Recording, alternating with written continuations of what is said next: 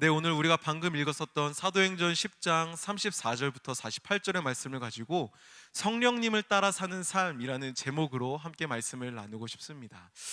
여러분들 혹시 여행 좋아하십니까? 에휴, 그쵸. 요즘 코로나 때문에 되게 다니기 힘들지만 여행 다들 좋아하시죠. 저는 사실 이렇게 해외로 가본 경험이 있긴 한데 여행이라기보다는 이제 단기 선교를 이렇게 다녀온 적이 있습니다. 그래서 태국으로 이렇게 3번을 다녀왔었는데요. 그 외에 사실 해외를 다녀온 경험은 없습니다. 그렇지만 저는 이제 예전에 제가 허리 디스크가 심해지기 전에는 자전거 타는 걸 굉장히 좋아했어요. 그래서 토요일마다 이제 여기 중랑구에서 팔당까지 이렇게 자전거 타고 가서 이제 초계국수 먹고, 또 인천에 있는 아라뱃길까지 가서 또 이쁜 풍경도 보고, 뭐 요렇게 자전거를 타면서 여기저기 다녔던 경험이 있는데, 제가 가장 최근에 했던 여행이라고 하면요, 무엇이었냐면 이번 8월달 그 저희 수련회 끝나고 제가 이렇게 휴가를 받아서 이렇게 다녀왔을 때 갔었던 속초였습니다. 최근 이제 거기서 딱 갔다 온 곳이 이제 속초였는데, 그 속초를 갔다 와서 가장 기억에 남는 게 뭐였나 생각해보면, 물론 맛있는 것도 많이 먹긴 했지만 저는 이제 그 속초 바다가 사실은 너무 기억에 남았었어요. 그 사진 하나만 보여주시겠어요? 네, 요거를 제가 가서 그 어딘지 이름을 제가 까먹었습니다. 근데 너무 이쁘더라고요. 구름도 너무 예쁘고 바다도 너무 이렇게 탁 트여서 너무 예쁘고, 또 다른 사진 하나 보여주시면요, 네, 이렇게 바다가 이렇게 탁 트인 모습을 보았는데 너무 기분이 좋더라고요. 그래서 이걸 보면서 정말 힐링된다, 또 이런 생각을 했습니다. 네, 사진 내리셔도 좋을 것 같습니다. 그래서 저는 사실 이 풍경을 그 자리에서 이렇게 보면서 느꼈던 게, 또 생각했던 게 뭐냐면, 일단 첫 번째는 세상이 굉장히 크구나. 사실 태국 갔을 때도 느꼈던 건데, 진짜 세상이 내가 정말 가보지 못했었던 곳이 너무 많겠구나 라는 생각을 좀 해보게 됐었고, 또 두 번째로는 뭐냐면, 그 아무것도 없이 이렇게 쫙 펼쳐진 바다를 보니까 괜히 제가 뭐 그냥 이렇게 서 있는 건데 괜히 굉장히 자유로워진 기분이 들더라고요.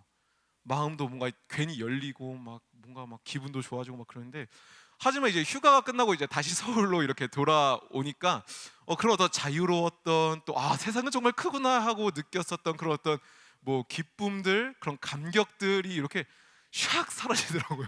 그래서 사진을 보면서 맞아, 이때 이뻤지, 맞아, 이때 맛있었지, 이거 좋았지, 막 이러면서 그냥 그때의 추억을 좀 되살리고 있는데, 어쩌면 우리는 여행을 좋아하는 이유, 또 여행을 가고 싶어하는 이유가 이런 제가 느꼈던 감정과 비슷한 게 아닐까 생각이 됩니다. 그때 느꼈었던 자유로움이 있었고, 또 그때 느꼈었던 어떤 넓은, 내가 상상하지 못했던 것을 봤던 그런 어떤 새로움 때문에 여행을 우리는 좋아하고 또 가고 싶어하는 것이 아닌가, 이렇게 생각을 해봅니다. 근데 여러분, 제가 여기서 여행 이야기를 하는 이유가 뭐냐면, 사실 우리 신앙에서는요, 이런 여행을 갔을 때 누릴 수 있는, 느낄 수 있는 그런 자유함, 또 어떤 기쁨, 새로움, 그런 것보다 더 큰 자유함과 더 놀라운 새로움을 느낄 수 있는 게 우리 신앙생활 가운데에 존재한다는 겁니다. 그게 뭐냐면요, 저는 이제 오늘 그걸 알려주려고 이 자리에 쓴 건데, 그렇게 자유할 수 있는 방법, 또 새로운 것을 누릴 수 있는 방법은요, 오늘 설교 제목에 나왔던 그 성령 하나님을 따라가면 그렇게 느끼고 그렇게 살 수 있다는 겁니다. 여러분, 오늘 우리는 함께 읽은 이 본문을 통해서 베드로와 고넬료 가운데 함께 하신 하나님, 정확하게는 그 가운데 그들을 인도하셨던 성령 하나님에 대해서 함께 알아보고 싶습니다. 그래서 성령 하나님은 우리 삶 가운데에서 도대체 어떤 일을 하고 계시는지, 그래서 그 성령 하나님을 따라 사는 사람은 도대체 어떤 모습으로 사는 사람인지, 오늘 우리가 좀 말씀으로 같이 나누어 보고 싶습니다. 여러분, 오늘 말씀은 지난주에 이어서 사도 베드로와 고넬료의 이야기를 보여주고 있습니다.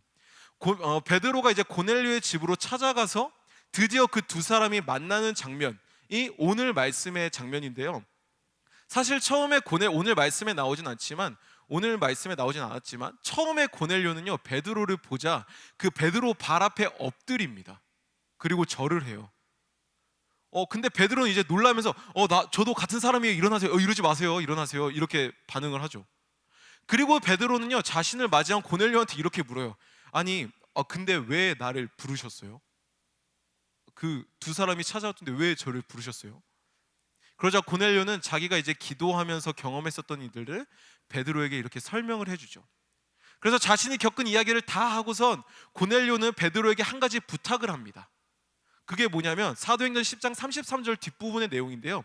이제 우리는 주께서 당신에게 명하신 모든 것을 듣고자 하여 다 하나님 앞에 있나이다. 그러니까 주께서 베드로 당신에게 이야기한 그 내용들을 우리에게 말씀해 주십시오. 우리가 하나님 앞에 그러려고 서 있는 겁니다 라고 이야기하는 거죠. 그리고는 오늘 우리가 함께 같이 나누어 읽었었던 그 말씀이 시작되는 겁니다. 여러분, 여기서 이제 조금 더 우리가 자세히 보고 싶은데요, 먼저 오늘 우리가 함께 읽었었던 본문 사도행전 10장 34절부터 35절까지의 말씀을 우리가 함께 읽어보기를 원합니다. 사도행전 10장 34절부터 35절 함께 읽겠습니다. 시작.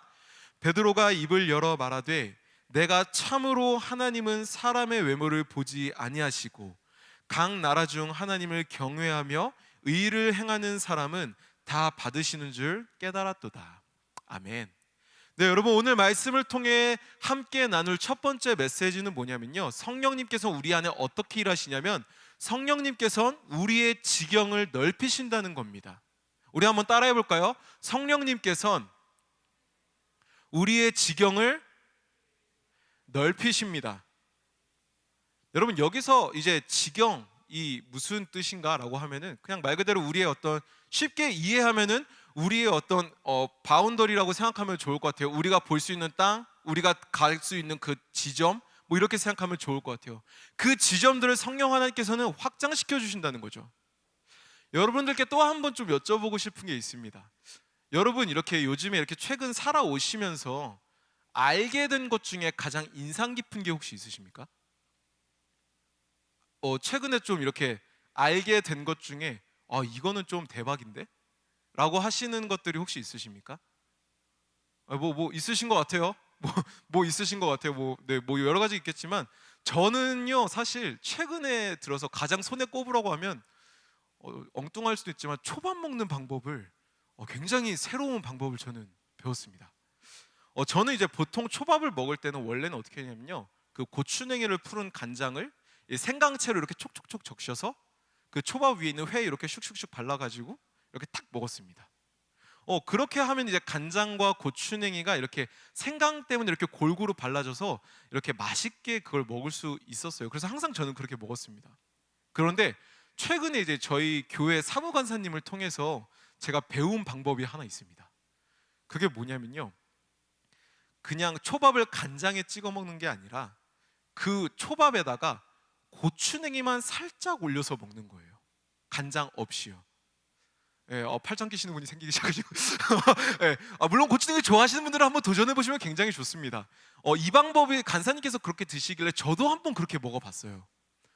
처음에는 사실 이거 회 비린내가 너무 많이 나는 거 아닐까? 그런 생각을 했었습니다. 그런데 그렇게 먹으니까 신기하게 초밥에 올려진 그 회의 맛이 확 살아나더라고요. 그리고 느끼함도 사라지고 굉장히 개운하게 다음 초밥을 또 먹을 수 있더라고요. 그래서 간장을 찍어 먹는 방법이 뭐 틀렸다, 그거 이제 아니에요. 이런 부먹찍먹의 논리를 어떤 얘기하고자 하는 게 아닙니다. 저는 여기서 얘기하는 게 뭐냐면, 저는 간사님을 통해서 초밥을 맛있게 먹을 수 있는 또 다른 방법을 습득하게 되었다는 거예요. 뭐 다른 표현으로 하면 초밥을 맛있게 먹을 수 있는 방법의 영역이 확장되었다는 거죠.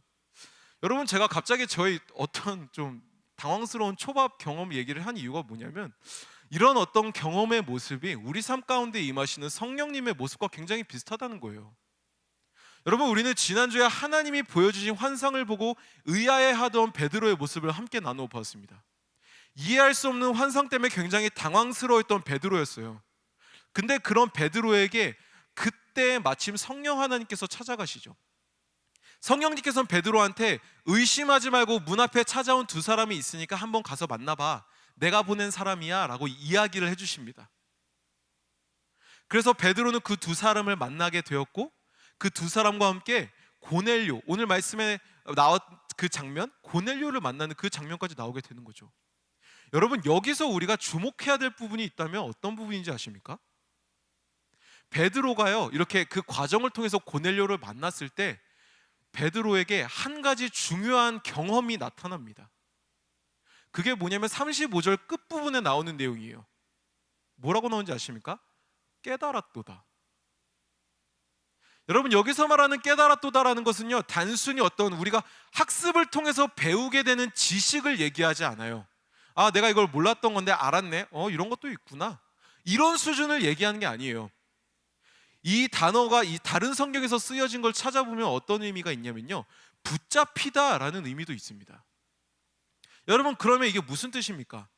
성령님께 순종했던 베드로는 환상으로는 몰랐었던 하나님의 뜻을 그냥 몰랐었지만 성령님께 순종했더니 그 뜻을 알고 그 성령 하나님의 뜻에 붙들린 바 되어졌다는 것을 이야기하는 겁니다. 그것이 깨달았다라는 단어 안에 함축되어 있는 거죠. 환상으로 보여주셨던 하나님의 그 뜻이 무엇이었습니까? 속하다 여겨졌던 것이 예수 그리스도의 십자가 사건으로 인해서 더 이상 속하지 않게 된 것을 이야기합니다. 즉, 하나님께 택함받지 못했다고 생각한 이방 민족도 하나님께서 사랑하신다는 그 사실, 그 깨달음에 베드로는 붙들린 바 되어졌다는 겁니다. 그래서 그동안 이방 민족은 속하다 여겼었던 베드로였습니다. 하지만 그 베드로의 생각의 틀에 무너지는 그 장면, 그 사건, 그 시간이 오늘 말씀에 나오는 바로 그 순간이라는 겁니다. 여러분, 베드로는 그제서야 하나님께서 보여주신 뜻이 무엇인지 알게 되었다는 거예요. 그래서 그 뜻을 알게 됨으로 말미암아 하나님의 뜻에 붙들린 바 되어졌다는 겁니다. 이게 오늘 말씀이 앞에 나오는 베드로가 느낀 깨달았다의 모습이라는 거예요. 그 의미라는 거예요. 여러분, 저는 여기서 이제 기억해야 할 포인트를 하나 던지고 싶습니다. 베드로는요, 사람의 음성을 따라가지 않았습니다. 베드로는요, 자기의 판단을 따라가지 않았습니다.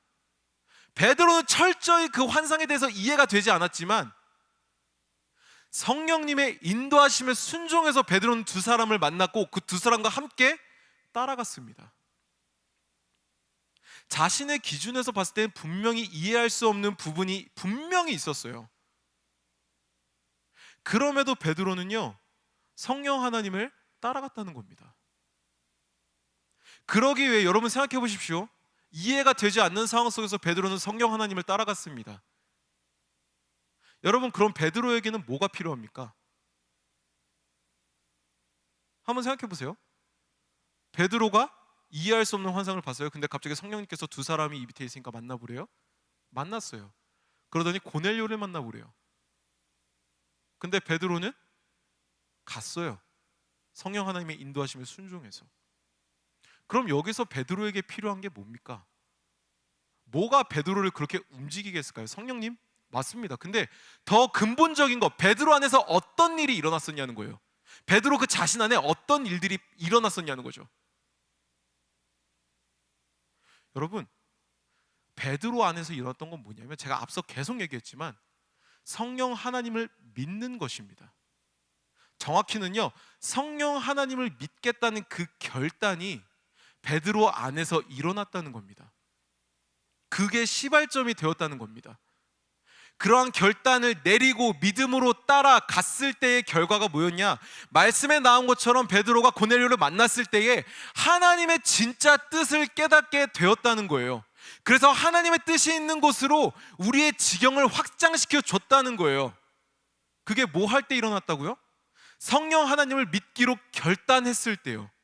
아, 성령 하나님이 나와 함께 하시는구나. 성령 하나님이 내게 말씀하셨구나. 근데 그 말씀을 들었을 때 두 가지 패턴이 있을 수 있어요. 내가 이걸 따라가야 되나? 아니면은 내가 이걸 따라가야지. 전자는 의심이고요, 후자는 결단입니다. 그 가운데 우리에게 필요한 게 뭐냐면 이 결단이라는 거예요. 저는 여러분들에게 한 가지 질문을 던져봅니다. 그리고 여러분들 생각해 보십시오. 고민해 보십시오. 여러분들은 진짜 하나님을 믿고 계십니까? 하나님께서 여러분들을 인도하신다는 것을 전적으로 신뢰하십니까? 혹시 여전히 내 삶의 주인이 하나님이 아니라 나 자신이라고 생각하고 있는 부분이 있지는 않습니까? 그리스도인이라면 적어도 뭔가를 할 때에 이런 생각을 해봐야 돼요. 어떤 행동을 할 때, 어떤 결정을 할 때, 누구를 만날 때에, 뭔가를 기획하려고 할 때에 이런 생각을 해봐야 돼요. 이걸 했을 때 하나님께서 기뻐하실까? 이걸 했을 때 하나님의 영광이 드러날 수 있는가? 이게 하나님의 방향과 맞는가? 그리스도인이라면 항상 이걸 생각해야 돼요. 누군가를 만나고 누군가와 대화를 하고 누군가와 함께 할 때, 뭔가를 결정할 때 하나님이 어떻게 생각하실지 생각해 본 적이 있냐는 거예요. 만약에 여러분들의 삶에 그런 경험이 없다면 여러분들의 삶을 되돌아봐야 됩니다. 내가 진짜 하나님을 믿고 있는 건가? 내가 진짜 하나님을 신뢰하고 있는 건가? 그래서 내가 그 하나님께 내 삶을 맡기고 있는 건가? 전 이 시간 여러분들에게 도전합니다. 여러분 결단을 하십시오. 우리를 항상 인도하심을 믿는 여러분들이 되시기를 축복합니다. 모든 순간 모든 상황마다 누구와 어디에 있든지 무엇을 하든지 하나님을 떠올리는 여러분들이 되기를 축복합니다. 여러분, 이게 처음엔 되게 힘들어요. 아니, 하나님을 생각하는 것조차 힘들 겁니다. 왜냐하면 해본 적이 없기 때문에 그래요. 낯설기 때문이죠. 낯설기 때문이에요. 어려운 게 아니에요. 어려운 게 아니라 낯선 겁니다. 하지만 여러분, 이 훈련은요, 오늘날을 살아가는 우리에게 굉장히 중요한 것입니다. 왜입니까? 이게 바로 영적으로 깨어있기 위한 기초 근육을 만드는 작업이기 때문입니다. 저 여러분 이 시간 함께 제가 여러분들을 축복하기를 소망합니다. 전 여러분들이 이렇게 축복하고 싶습니다. 아멘으로 화답해 주십시오. 아멘으로 믿음으로 고백하십시오. 날마다 하나님 앞에 깨어있음으로 인도함을 받는 여러분들이 되기를 주님의 이름으로 축복합니다. 그래서 성령님의 인도하심을 따라 삶의 지경이 확장되는 역사를 날마다 모든 순간 경험하는 여러분들이 되기를 주님의 이름으로 축복합니다. 아멘. 이 시간 다음으로 오늘 본문 사도행전 10장 44절부터 48절까지의 말씀을 우리가 함께 읽어보기를 원합니다. 44절부터 48절까지의 말씀 함께 읽겠습니다. 시작. 베드로가 이 말을 할 때에 성령이 말씀 듣는 모든 사람에게 내려오시니 베드로와 함께 온 할례 받은 신자들이 이방인들에게도 성령 부어주심으로 말미암아 놀라니 이는 방언을 말하며 하나님 높임을 들음이로라. 이에 베드로가 이르되 이 사람들이 우리와 같이 성령을 받았으니 누가 능히 물로 세례 베품을 금하리요 하고 명하여 예수 그리스도의 이름으로 세례를 베풀라 하니라. 그들이 베드로에게 며칠 더 머물기를 청하니라. 아멘. 두 번째로 우리가 함께 나눌 메시지는 성령님은 묶인 것을 자유케 하신다는 것입니다. 우리 다시 한번 같이 따라해 보겠습니다. 성령님은 묶인 것을 자유케 하십니다. 아멘. 여러분, 고넬료를 만나서 하나님의 뜻을 깨달았던 베드로는요, 고넬료와 함께 있는 사람들에게 복음을 전합니다. 예수님께서 어떤 사역을 하셨는지, 하나님께서 어떤 일을 행하셨는지 고넬료와 함께 모인 그 사람들에게 이렇게 쭉 전해줍니다. 그런데 복음을 전하던 그 가운데 그 복음을 듣던 모든 이방 사람들에게 성령님께서 찾아오십니다. 베드로와 함께 온 사람들은요, 이방 사람들이 방언으로 이렇게 말하면서 하나님을 높이는 모습을 직접 목격합니다. 그리고는 이 사람들도 성령을 받았으니 이 사람들에게 물로 세례를 주는 게 맞지? 라고 베드로는 판단을 해요. 그리고는 베드로는 그 이방인들에게 예수 그리스도의 이름으로 세례를 베풀자라고 이야기를 합니다. 여러분, 우리가 방금 읽었었던 이 말씀에서 우리가 주의 깊게 봐야 할 두 부분이 있습니다. 먼저 첫 번째는 44절인데요, 여기를 자세히 봐보십시오. 베드로가 설교를 하던 그때에 설교를 듣는 모든 사람들에게 뭐가 내렸냐면 성령님이 내리십니다. 그래서 45절을 보면 베드로와 함께 먼저 믿은 사람들이 이방인들의 그런 모습을 보고 놀랍니다. 또 두 번째는 뭐냐면 47절인데요, 베드로가 이방인들에게 세례를 주는 것을 누구도 막을 수 없다 라고 이야기를 합니다. 여러분, 여기서 우리가 알아야 될 게 있어요. 여러분, 세례가 어떤 의미인지 아십니까? 세례는요, 그리스도와 함께 죽고 장사 지낸다라는 의미예요. 이게 무슨 말이냐면 예수님께서 십자가에 못 박혀 죽으시고 또한 부활하셨기 때문에 구원받은 우리도 주와 함께 죽고 또한 주와 함께 부활에 참여한다는 것, 그 의미가 바로 세례라는 거예요. 그래서 베드로는 48절에서 이방인들의 세례를 베풀어 주라고 이야기를 해줍니다. 여러분, 근데 저는 왜 이 부분을 주의 깊게 봐야 한다고 얘기를 했을까요? 그게 왜 그러냐면요, 바로 성령님께서 일하시는 모습이 이 모습이기 때문입니다. 저는 이 장면을요, 우리는 보통 이 장면을 볼 때 이렇게 베드로의 시선에서 이방인들을 볼 때가 있어요. 그런데 오늘은, 이 시간에는 그 시선을 이렇게 바꿔서 이방인의 입장에서 그 성령님이 임하시는 사건을 보고 싶습니다. 여러분, 그 당시 유대인들에게 있어서 이방인들이라는 것은요, 하나님께 택함받지 못한 사람들이라는 인식이 있던 사람들이에요. 그래서 구약 성경을 보면 하나님께서는요, 이스라엘 백성들에게 끊임없이 뭐라고 얘기하시냐면요, 이방 민족이랑 섞이지 마, 니네. 야, 니네 이방 민족이랑 섞이지 마. 계속 얘기하셨었어요. 여러분, 근데 중요한 게 있다면 뭡니까? 성령님께서는 그러한 이방인에게도 오늘 말씀에 보신 것처럼 찾아가셨다는 거예요. 임하셨다는 거예요. 정확히는 하나님을 믿는 경건한 이방인들에게 성령님께서는 임하셨다는 거죠. 그래서 그들로 하여금 예수님과 함께 죽고 또한 함께 부활에 참여한다는 의미인 세례를 받게 하십니다. 이방인들에게요. 여러분, 이거 잘 생각해 보세요. 하나님께 정죄 받는 사람들이었어요. 하나님을 믿지만 유대인들 입장에서 봤을 때 그들은요, 죄인이에요. 경건하지 못한, 거룩하지 못한 사람들이에요. 근데 하나님을 믿는 그들에게 성령님께서 임하셨다고요. 그래서 예수 그리스도의 부활의 사건에 함께 참여할 수 있는 증거인 세례를 받게 된다고요. 이게 어떤 의미입니까? 결국 성령님께서는 이방인들을 죄인이라는, 또 멀리해야 하는 존재라는 그 낙인으로부터 그들을 자유케 하셨다는 겁니다. 그들의 묶임을 푸셨다는 거예요. 여러분, 그뿐만이 아닙니다.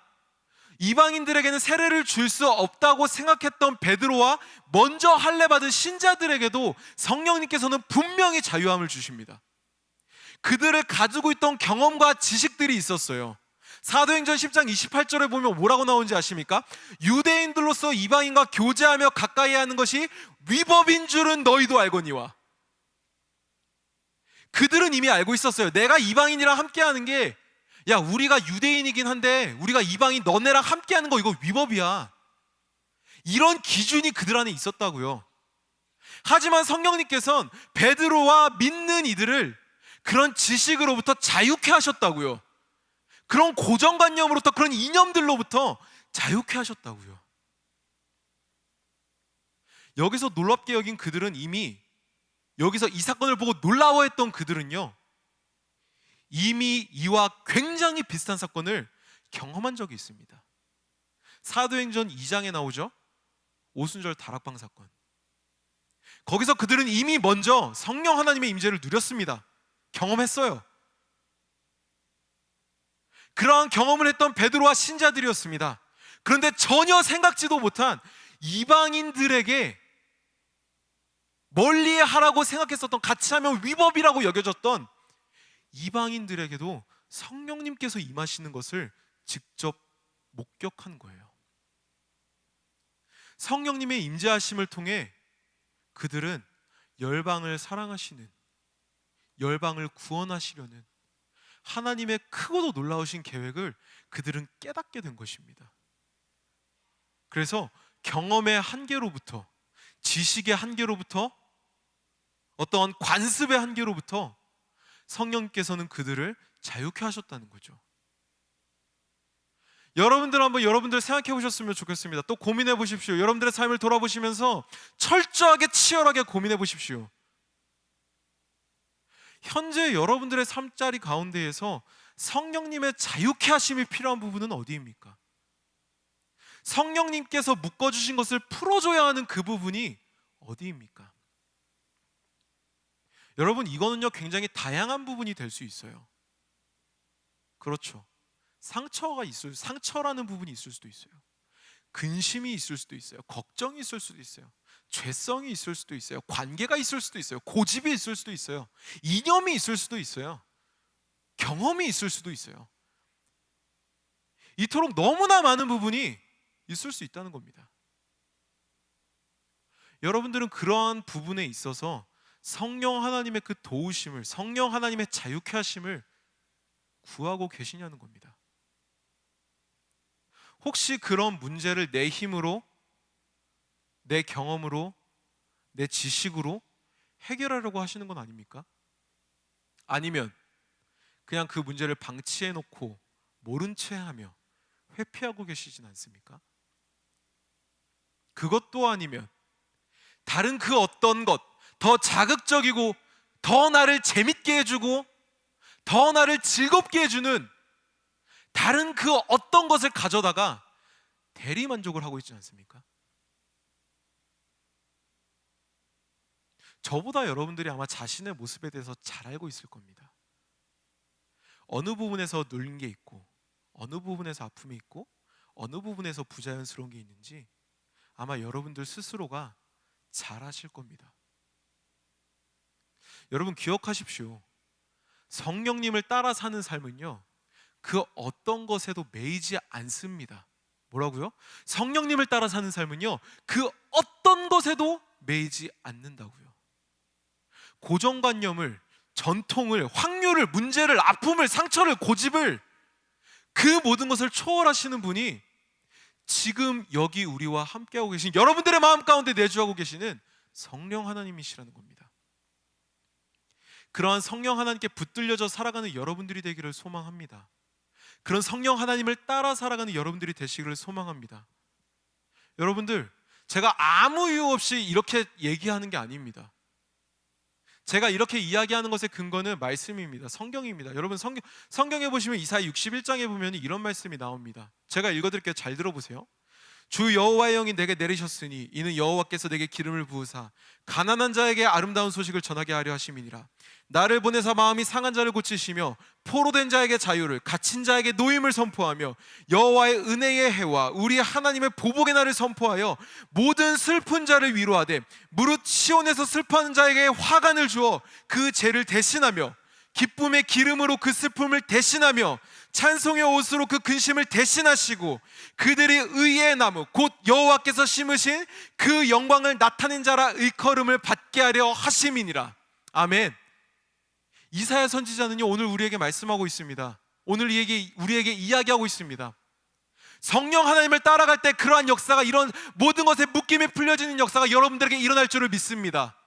성령 하나님을 따라 살아갈 때 여러분들의 삶 가운데에 모든 묶임이 풀고 모든 어둠이 떠나가며 그 걸음걸음마다 자유함이 회복될 줄을 믿습니다.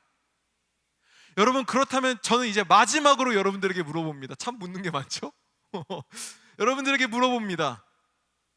성령님을 따라 사는 삶을 살기 위해서 우리는 어떻게 해야 됩니까? 오케이, 전도사님 알겠어요. 오케이, 성령님 뭐 어떤 일을 하시는지 알 것 같아요. 뭐 우리 지경을 넓혀주시고 뭐 묶인 것을 자유케 하신다. 오케이, 성령님 이렇게 일하시는 거 알았어요. 그래서 성령님을 따라 살아야 된다. 오케이, 알겠어요. 그런데 어떻게 사는 게 성령님을 따라 사는 거냐는 거예요. 어떻게 사는 것이, 어떤 모습으로 사는 게 성령님을 따라 사는 삶이냐는 거예요.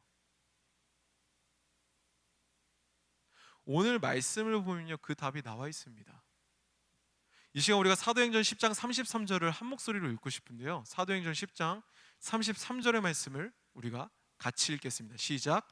내가 곧 당신에게 사람을 보내었는데 오셨으니 잘하였나이다. 이제 우리는 주께서 당신에게 명하신 모든 것을 듣고자 하여 다 하나님 앞에 있나이다. 아멘. 여러분, 고넬료가 베드로에게 이야기한 부분입니다. 근데요, 이 말씀 끝에 그 답이 나와 있습니다. 고넬료는 베드로에게 마지막에 이렇게 얘기합니다. 주께서 당신에게 모든 것을 명하신 모든 것을 듣고자 하여 다 하나님 앞에 있나이다. 다 하나님 앞에 있나이다. 이걸 우리는 보통 코람데오라고 얘기하죠. 하나님 앞에 서는 것. 모든 삶 가운데서 하나님의 앞에 계시며 앞에 계시다는 것을 의식하며 사는 것을 이야기합니다. 제가 앞서 얘기했던 것처럼 말할 때 나의 태도, 나의 행동, 나의 선택, 그 모든 것이 하나님 앞에 계심을 의식하며 사는 것, 그걸 얘기하는 거예요, 여러분. 이렇게 하나님을 의식해서 사는 삶의 모습을 여러분, 우리는 한 단어로 뭐라고 하는지 아십니까? 바로 경건이라고 이야기합니다. 경건. 우리는 이것을 경건이라고 얘기하는데 하나님을 기준으로 굳세고 튼튼하게 서 있는 것을 이야기하죠. 세상이 아니라 하나님을 기준으로 굳세고 튼튼하게 사는, 즉 경건하게 사는 삶의 모습이 오늘날 이 시간 속에 살아가는 우리에게 반드시 필요한 모습이라는 겁니다. 사도행전 10장 1절을 보면요, 성경은 고넬료를 이야기할 때 이렇게 얘기해요. 하나님을 경외하는 경건한 사람이었다.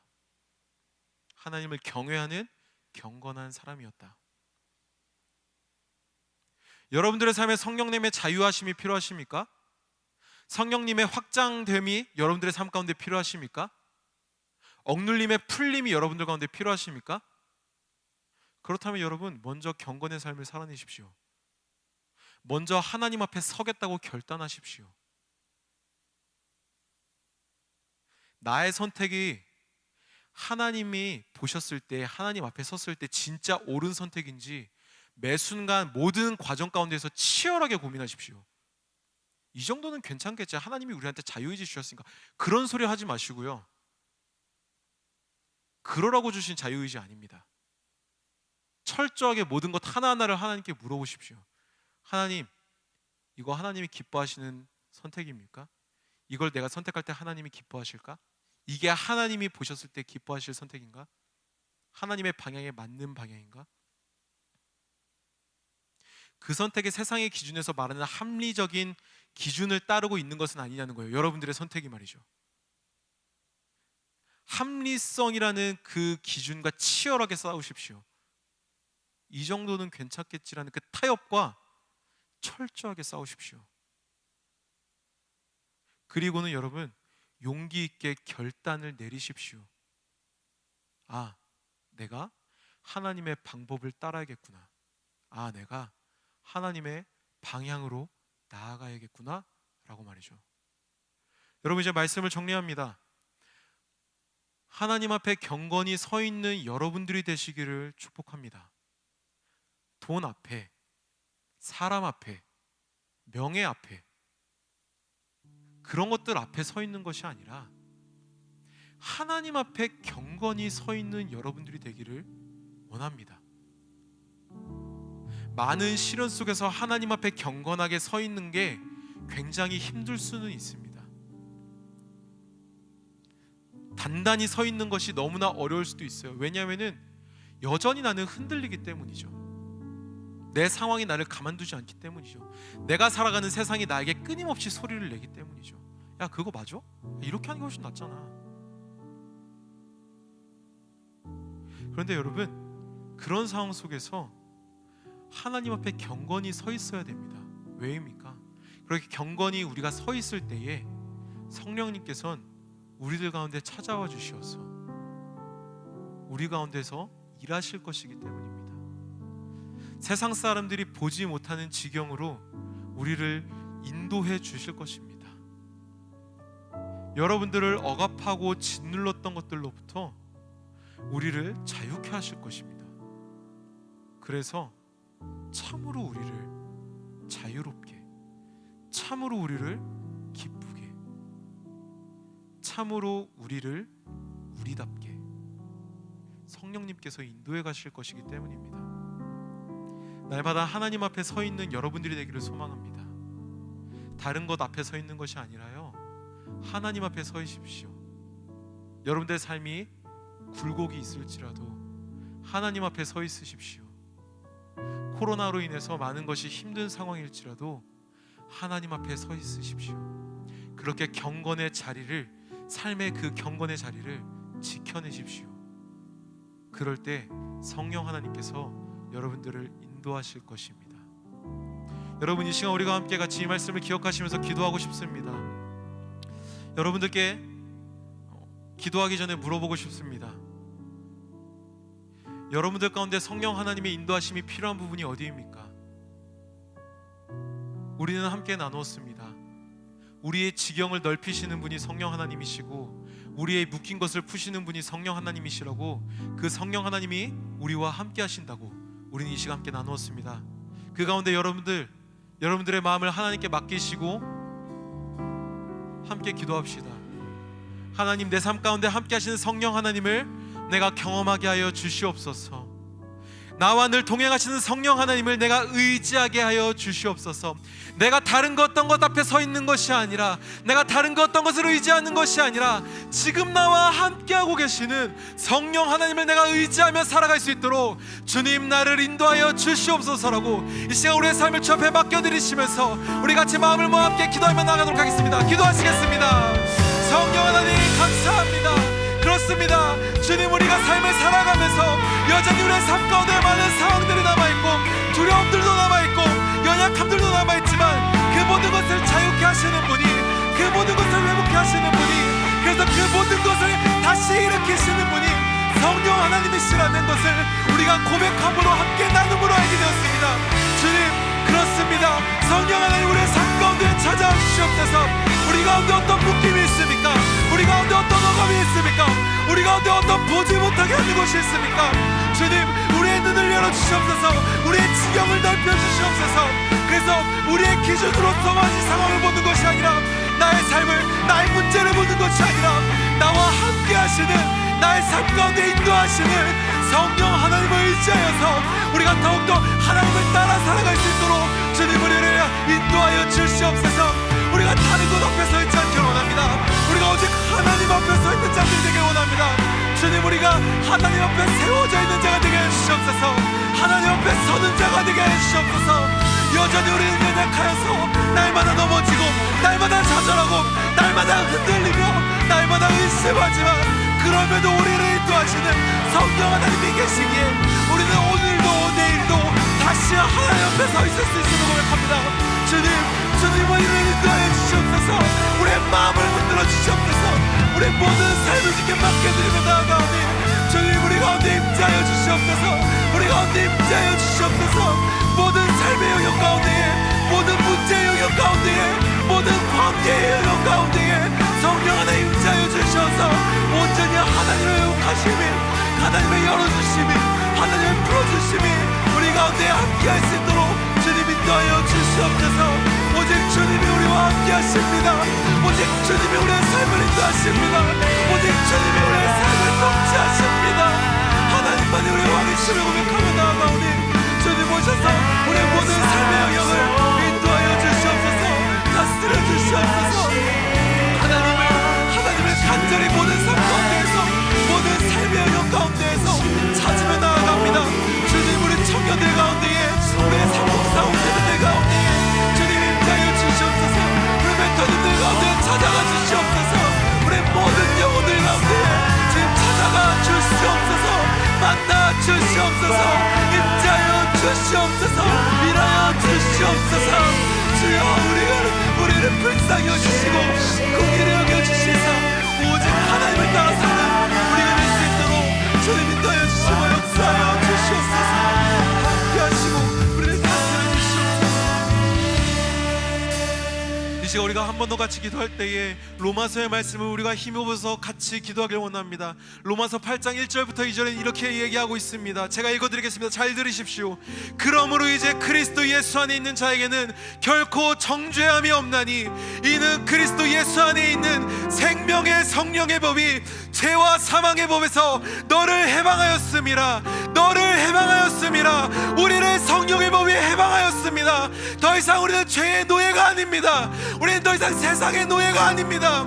여러분, 이 시간 우리가 로마서 8장의 말씀을 힘입어서 다시 한번 같이 기도하며 나아가기를 원합니다. 주님, 내가 성령님과 함께 동행하게 하여 주시옵소서. 내가 그리스도인으로서의 그 삶을 살게 하여 주시옵소서. 내 힘으로 살지 않게 하시고 내 뜻으로 살지 않게 하시고 내가 성령 하나님의 인도하심을 따라 사는 참된 그리스도인이 되게 하여 주시옵소서라고 이 시간 함께 같이 주여 한번 외치시고 기도하며 나아가도록 하겠습니다. 기도하시겠습니다. 주여.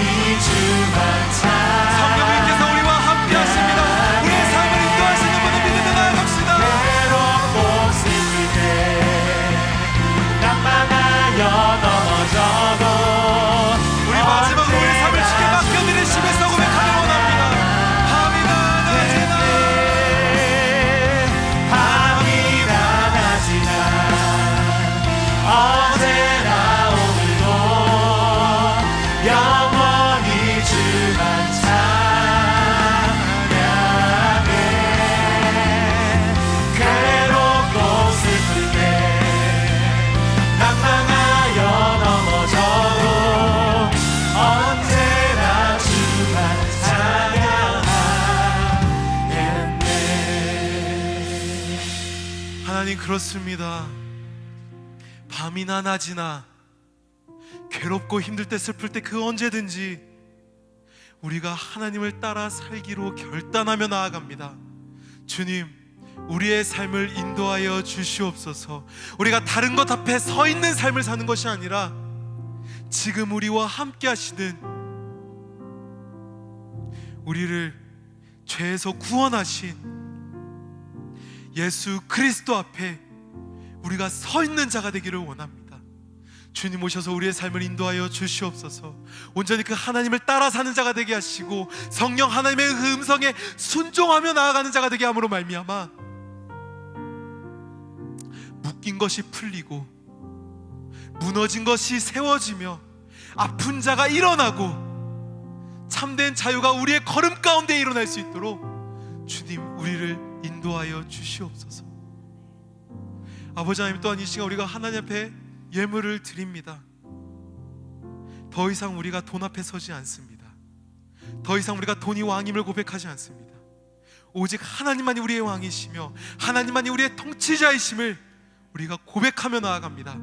주님, 우리가 드린 예물을 사용하여 주시옵소서. 온전히 하나님의 복음이 전해지는 곳에 사용하게 하시고 하나님의 나라가 확장되어지는 곳에 이 예물을 사용하여 주심으로 말미암아 온전히 하나님의 나라가 이 땅 가운데에 더욱더 널리 확장되어질 수 있도록 주님 그 예물을 사용하여 주시옵소서. 한 주간의 삶을 맡겨드리며 나아가오니 주님, 우리 청년들, 우리 3040 세대들, 그리고 우리 멘토분들까지 모든 분들의 삶을 주님 인도하여 주시어서 성령 충만한 삶을 살아낼 수 있도록 주님 그들 가운데에 함께하여 주시옵소서. 예수 그리스도의 이름으로 기도하였습니다. 아멘. 이 시간 함께 주기도문으로 함께 예배를 마치도록 하겠습니다. 함께 주기도문 고백하겠습니다. 하늘에 계신 우리 아버지, 아버지의 이름을 거룩하게 하시며 아버지의 나라가 오게 하시며 아버지의 뜻이 하늘에서와 같이 땅에서도 이루어지게 하소서. 오늘 우리에게 일용할 양식을 주시고 우리가 우리에게 잘못한 사람을 용서하여 준 것 같이 우리 죄를 용서하여 주시고 우리를 시험에 빠지지 않게 하시고 악에서 구하소서. 나라와 권능과 영광이 영원히 아버지의 것입니다. 아멘.